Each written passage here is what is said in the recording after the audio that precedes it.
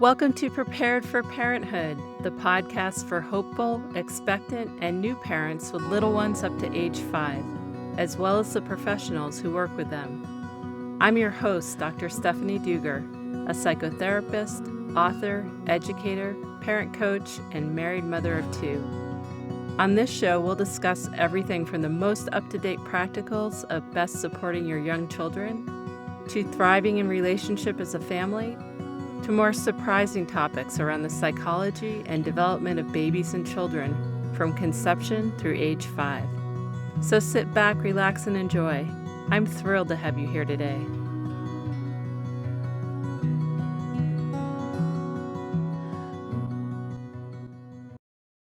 Welcome back to Prepared for Parenthood. Our guest today is Katie O'Toole, a writer, corporate sales manager, and mother. All jobs that equip her with a compassionate lens to the challenges of working motherhood. In preparation for her debut book, Mayday on the Mothership, which was released on February 9th, Katie spent 2 years investigating international data, medical journals, hospital record policies, and legislation, all while embarking on the mother becoming odyssey herself. She aims for her writing to uplift women and inspire change in their households, hospital rooms, and offices. Welcome, Katie. So glad you're here today. Thank you. I'm so glad to be here. When I loop back a little bit, the postpartum depression, how did you find your way through? I am fortunate enough to have access to therapy. So first of all, I think it's important that women involve a professional. I definitely dealt with suicidal thoughts and feelings postpartum. The Edinburgh something questionnaire that you'll see whenever you are a new mom and you go to the pediatrician appointments. And I could barely read. I was so exhausted. And it's like, on a scale of 1 to 10, are you feeling sad? Or in the last few days or in the last few weeks, have you ever felt depressed, very surface level?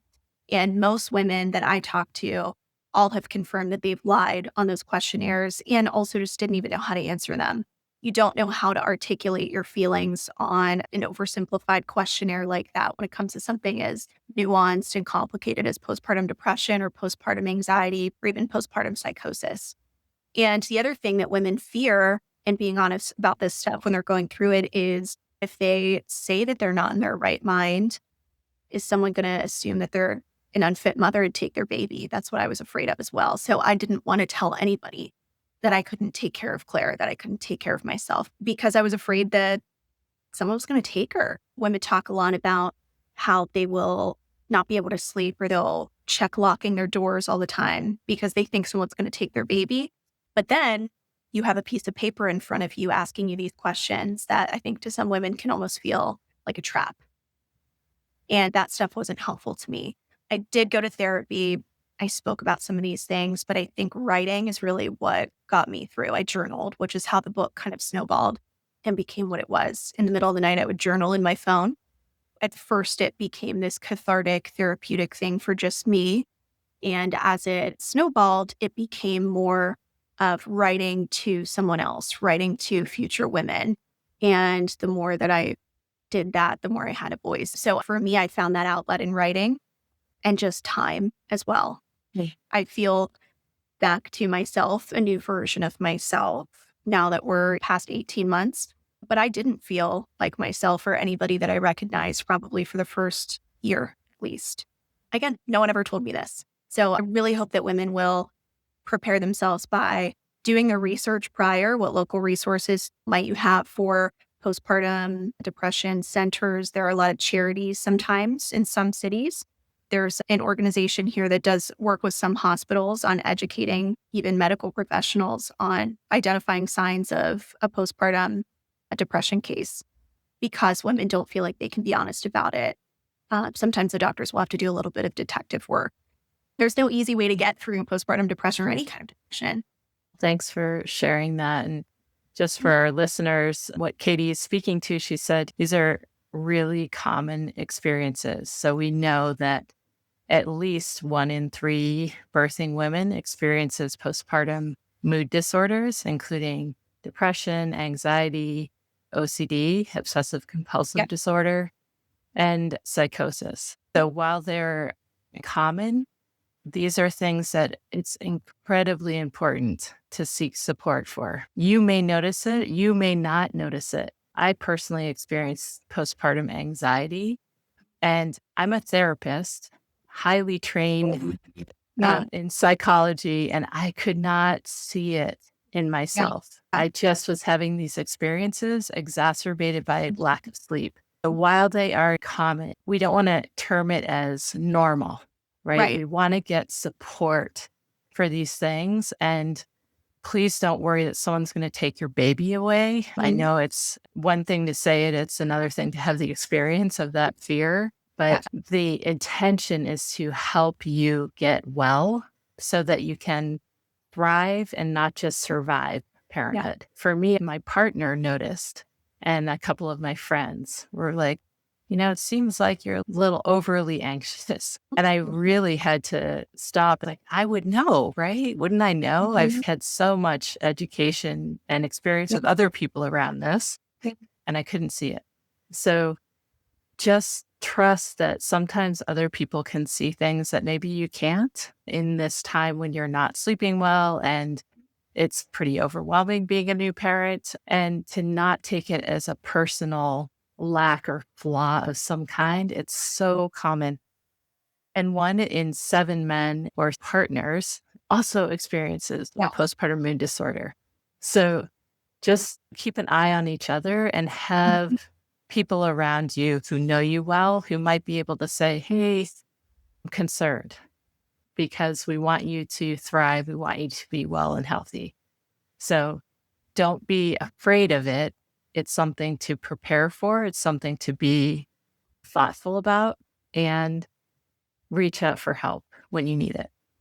I totally agree. And one thing that you mentioned that had I known about, I would have done differently is I think postpartum women have an instinct really to isolate themselves. You don't want visitors. When I got home, people who loved me wanted to come over. You're so exhausted. Your house is a mess. You're not cleaning. And so if you're a perfectionist like me, who if I'm going to have people over, I like to have the candle lit, have everything be tidy and have a little hors d'oeuvre, right? You're not doing any of those things to host. So I didn't want anyone to come over. And I was so depressed and not myself, and I didn't feel like socializing, even with family and friends, that I did isolate myself. And a lot of women do that. I think that we should challenge ourselves to let somebody come over. Like you said, let the people who love you surround you, even just a little bit, so that they can recognize those things in you. It doesn't have to be the day after you give birth or the day you get home, but a few weeks later. I've seen a lot of women talk about this, and it resonated with me as well. Around 4 months was really, really when it hit me, the postpartum depression, anxiety, all of that. And concerningly, that was right when I got back to work. I went to work at 3 months and everything really, really changed. And there's also something called the 4-month sleep regression. Your baby stops sleeping, if they ever learn to sleep at all, around that 4-month mark. And so even if it's a little later, you can still take that time to recover, process everything mentally, emotionally, physically that you just went through, but let people trickle back into your life so that they can, like you said, Stephanie, recognize you're not yourself right now. I think you need some help. That's huge. And I love that you mentioned that men experience this so differently as well. If women aren't telling each other about this stuff, we know men are not. For men, their whole lives change as well, especially if they're a present and helpful partner. Their life completely turns upside down too, and they're not prepared for it. And I think also, to kind of go back to what I was saying about paternity leave earlier, their employers don't really prepare or care that men are going through that transformation at home too. And so that's why parents don't really have any rights in the US to being at home and recovering and treating their minds and bodies well. Yeah. And so for some people, there's a medical and family leave that's invited. And then for other people, they don't have that in their job description. I think especially challenging for men to get support, but also, like you spoke to, we're very isolated. We're all kind of in our own little homes, and there can often be a lack of community or community who really understands what's happening. I've heard a lot of my clients speak to their fear for their baby's health. That comes up a lot. Like, I don't want to bring my baby out into the world. I don't want to Yeah. expose them to these things, or the world feels scary in a lot of ways right now, and I don't want to be out in it. And it's understandable. And it's the time when we need community probably more than any other time. And to reaching out, which can be one of the hardest things for a lot of people, especially women. They're not reaching out. A woman who's grown up as a girl boss, right? Who's like, you've got this, you can do everything on Yeah. your own. And the reality is we actually need each other as Yeah. human beings. To reach out feels really vulnerable, and it's so important. So please reach out if you're struggling at all. And even if you're not struggling, reach out anyway. Start building that community. Yeah, and reach out even to your partner. One thing that I did was I wasn't honest with my partner until I had these big outbursts. I let things and resentment bottle up and had huge outbursts. And now it's made us both better communicators. But even just having honest conversations with each other early on in pregnancy so that that becomes your new norm will be certainly helpful in parenthood as well. So that at home you're supported, and then you also have your friends, hopefully even your coworkers who can also support you too. You've mentioned earlier something that stood out to me. This is what I hope women can hear from my book too. These aren't things that you need to be afraid of, but they are things that you should be aware of so that you can prepare for them. And that's really what I hope comes through in the book. This isn't me trying to scare women out of parenthood. And again, I talk a lot about all the amazing, lovely things about parenthood as well. But these are things that you should be aware of, even years before you want to have a baby, I think is valuable so that you can make decisions and you're not finding yourself in a crisis. That's great information. And I highly recommend preparing long before perhaps you're even pregnant, like really getting on the same page, especially around those huge pieces with communication. And also to just know that both you and your partner, if you are partnered, are going to feel like you're putting 150% in with a new baby. So it's really easy to feel like I'm doing everything that I can do and I still don't feel supported, or Yeah. you're not doing enough. I'm doing everything. It's so common. And so to really just make space for that, just know that this is a period of time. It's not forever. Yeah. Where you are both going to feel completely stretched. You're working full time or you're a stay-at-home parent full time. Either way, you're putting in so much energy and so many resources into what's happening in your life. And so to have a lot of grace for that and to offer your partner positive reinforcement. Yeah. Wow, I really appreciate all the things that you're doing. Try to fill the well so that when things get hard and you do snap at each other, there's at least some cushion. You're not doing that from an empty well. And I think even just having conversations prior to all this happening, again, before you're in crisis mode of, okay, we're about to have a baby. We both work full time. What do we want it to look like every time our baby is sick or when daycare calls? It can't 100% of the time be the mom. Often it is. For us, we had to have that conversation afterward. I've taken all my sick days already for the entire year, and it's January. I need you to take some sick days. Do you have any sick days? How are we going to do this? And so my partner and I ended up having to retroactively figure that out together. But I think what would be valuable and what we plan to do for our next baby is have that conversation prior to say, here's kind of a rough plan of what we might want to do, what would make sense. Here's what my employer values. Here's what's not going to fly at my job compared to yours. And that way we have some kind of plan. We have some kind of agreement together. And it's not as stressful when those things pop up, or even the sleep schedule. So something a lot of women fall into, and we kind of did too in our partnership, was, okay, he has to go back to work. And so he should be the one to sleep. And I should be the one to stay up all night with the baby. Well, that's not sustainable. So maybe is there a shift that you want to do? And what we eventually had to start doing is taking turns, introducing a bottle maybe a little bit earlier, whatever you and your partner can come up with to be able to, again, prepare so that when it's 3 a.m, you're not having that conversation as a crisis response, outburst, crazy fight. It can be like, now it's your turn. We talked about this, and you have some sort of system going on. which we eventually figured out, of course, but I wish we had talked about it prior.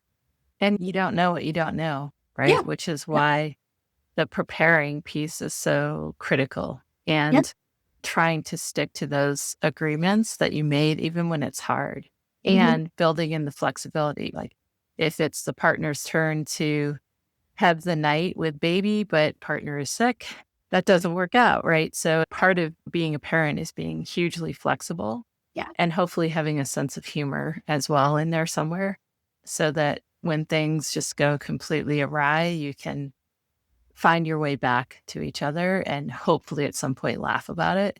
Remember how hard that was? Oh my Yeah. gosh, we made it through. Yeah. So, Katie, you mentioned when you were speaking with colleagues and Mhm. friends that you get to spend about 45 minutes with your baby each day. I know she's a little older now, but how do you spend your 45 minutes? That's so precious, such precious time. How do you spend that time with her? And what kind of advice would you give for new parents who are maybe feeling sad about not being able to spend more time with their baby or having mixed feelings around things? Yeah, it's devastating. It is. So I just want to recognize that it is. And for a lot of women, they don't have a choice. They have to put food on their table, especially if they're a single mom, too. That's an entirely different experience that I can't even pretend to relate to, but it is very, very hard. So I just want to recognize that first. I've had a lot of women actually already reach out to me in the past couple weeks, thanking me for talking about this because, again, no one told them, no one warned them. They'd feel so alone and they're struggling with these feelings of handing their baby off to a stranger for the day, knowing that they won't get to raise them. What I try to do for my own relationship with my daughter is I maximize every minute that I have with her. So, for example, I wake up early in the morning. I try to hurry up and get ready myself before she wakes up. That way, when she does wake up and I'm getting her dressed and everything, I'm completely locked in on her. And she's not just waiting for me to be done putting my deodorant on or brushing my teeth. I get all that out of the way before she even wakes up so that that little bit of time we have together in the morning when we're getting ready for the day is spent mostly locked in on her, singing her songs, reading her books, singing songs about putting her pants on and getting her dressed. And that way we have fun together. I look her in the eyes always. I never have my phone out in front of her. That's a big thing too. Our generation is so locked in on our phones. For the small amount of time that I get with her, I'm not on my phone. It's in my purse. And then when I get home from work, I'm done with work. Prior to pregnancy, I would work all night. I was on the clock always, not out of it being mandatory, but my style of work, it's a very high pressured kind of environment. I'm in sales. And so I would always want to be available because there was always a dollar to be made. That stopped. As soon as 5 p.m. hits, I'm not reachable.